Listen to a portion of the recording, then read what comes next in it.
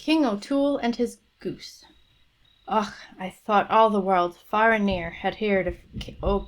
Oh, wow, okay.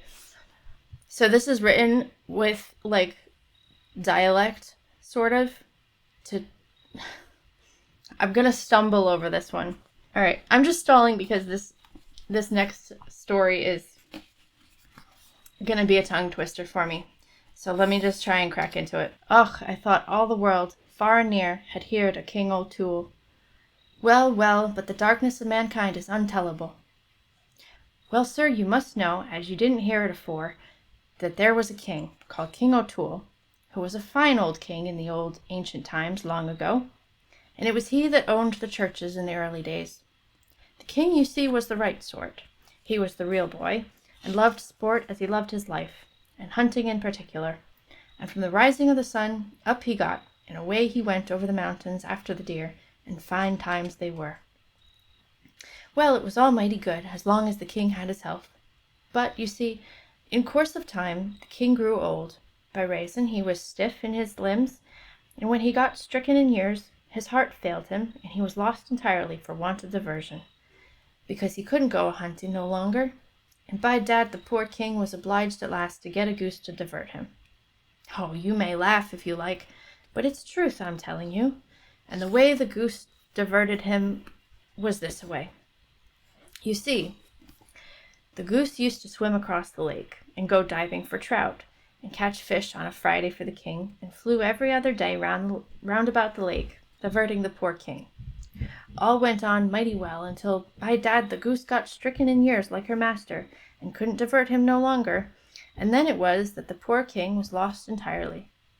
The king was walking one morning by the edge of the lake, lamenting his cruel fate, and thinking of drowning himself, that could get no diversion in life, when all of a sudden, turning round the corner, who should he meet but a mighty decent young man coming up to you. God save you, says the king to the young man. God save you kindly, King O'Toole, says the young man. I don't know what this word is. Plennypennytinchery of these parts. I'm gonna look this word up. Yes, so this word exists only in this book. We could ask a fish down a well what it means. Yeah, I was concerned because he said the goose catches trout, and I was like, this is not starting well. True for you, says the king. I am King O'Toole, says he, prince and plennypennytinchery of these parts, says he. But how came you to know that, says he. Oh, never mind, says St. Kavin. You see, it was St. Kavin, sure enough, the saint himself in disguise, and nobody else. Oh, never mind, says he, I know more than that. May I make bold to ask, how is your goose, King O'Toole, says he. Blur and azures, how came you to know about my goose, says the king. Oh, no matter, I was given to understand it, says St. Kavin. After some more talk, the king says, What are you? I'm an honest man, says St. Kavin. Well, honest man, says the king, and how is it you make your money so easy? By making old things as good as new, says St. Kavin. Is it a tinker you are? Says the king. No, says the saint, I'm no tinker by trade, King O'Toole. I've a better trade than a tinker, says he. What would you say, says he, if I made your old goose as good as new? My dear, at the word of making his goose as good as new, you'd think the poor old king's eyes were ready to jump out of his head. With that the king whistled, and down came the poor goose, just like a hound, waddling up to the poor cripple, her master, and as like him as two peas. The minute the saint clapped his eyes on the goose. I'll do the job for you, says he, King O'Toole. By Gemini, says King O'Toole, if you do, I'll say you're the cleverest fellow in the 7 parishes. Oh, by dad, says St. Kavin, you must say more nor that. My horn's not so soft all out, says he, as to repair your old goose for nothing. What'll you give me if I do the job for you? That's the chat, says St. Kavin. I'll give you whatever you ask, says the king. Isn't that fair? Divil a fairer, says the saint. That's the way to do business. Now, says he, this is the bargain I'll make with you, King O'Toole. Will you give me all the ground the goose flies over, the first offer, after I make her as good as new? I will, says the king. You won't go back of your word, says St. Kavin. Honor bright, says King O'Toole, holding out his fist. Honor bright, says St. Kavin back again. It's a bargain. Come here, says he to the poor old goose. Come here, you unfortunate old cripple. It's I that'll make you the sporting bird. With that, my dear, he took up the goose by the two wings. Christ my cross and you, says he, marking her to the grace with the blessed sign at the same minute, and throwing her up in the air. Whew, says he, just giving her a blast to help her, and with that, my jewels, she took to her heels, flying like one of the eagles themselves, and cutting as many capers as a swallow before a shower of rain. Well, my dear, it was a beautiful sight to see the king standing with his mouth open, looking at his poor old goose flying as light as a lark, and better than ever she was. And when she lit at his feet, patted her on the head, and, Ma Vourneen, says he, but you are the darlint of the world. And what do you say to me, says St. Kavin, for making her the like?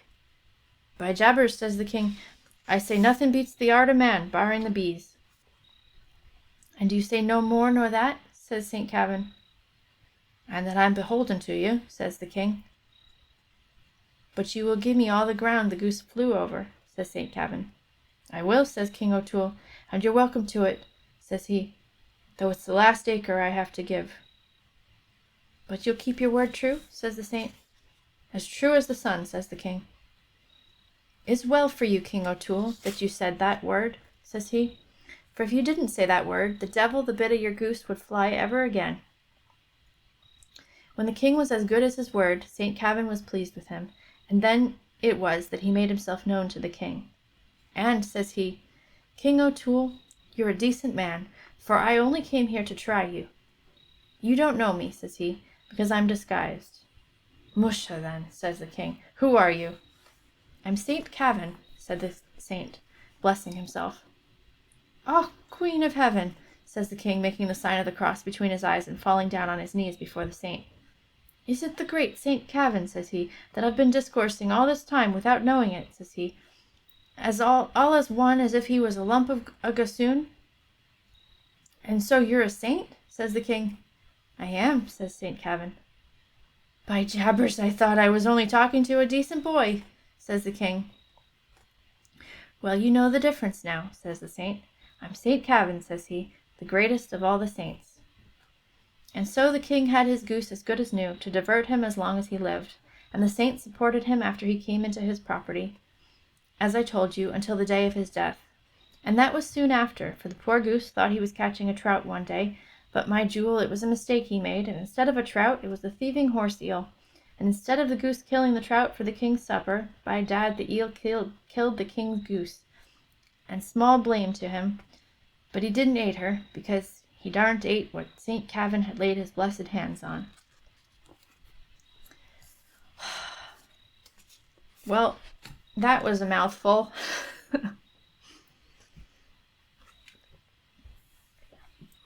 And it wasn't a trout this time, it was an eel. You gotta watch out for these creatures out of the water. Or in the water. Yeah, so I liked how this one was written. There were a couple of things that, like, I have no idea what they mean. Plennypennytinchery. I'm just thinking of penitentiary. Wait, what? It was all a land grab story? Kind of. The payment for fixing the goose was that the saint got everything that the goose flew over. All of the land. But I think it was more about keeping your word. And, like, I don't know. It's almost like those the story where it's like you lie to the witch in disguise, but then she knows that it's a lie, and then, like, bad things happen. I'm thinking that's sort of how it is. You don't lie to the saint. You, like, don't go back on your word. And then if you, like, behave the way that you're supposed to, then the saint blesses you until the end of your days. But also, the saint got all your land. And then the goose dies. So, I don't know.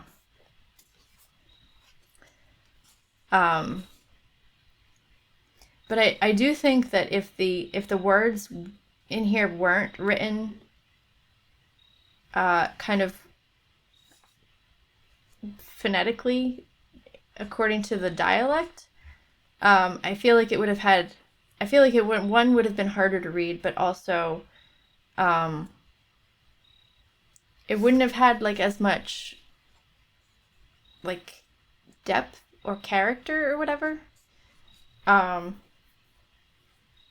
So I liked the phonetic part, but there were definitely things that were like, my brain was like, what is this word? What is happening right now? Saint Kevin wasn't the most humble either, the greatest of saints. Yeah. Oh, I wanted to look at that too. I'm going to look up Saint Kevin as well. He's known for serving as a great protector of animals. So he took care of the goose until the goose was killed. I guess. Where were you on that one? Trout could have given us a heads up. Yeah. Everybody needs a soothsaying trout in the bottom of their well. For hilarity ensues. Or hijinks. Or shenanigans. Hi there. Thanks for joining our book club. If you'd like to join the conversation, I would love it if you would leave us a comment. And if you'd like to see more, check out the playlist.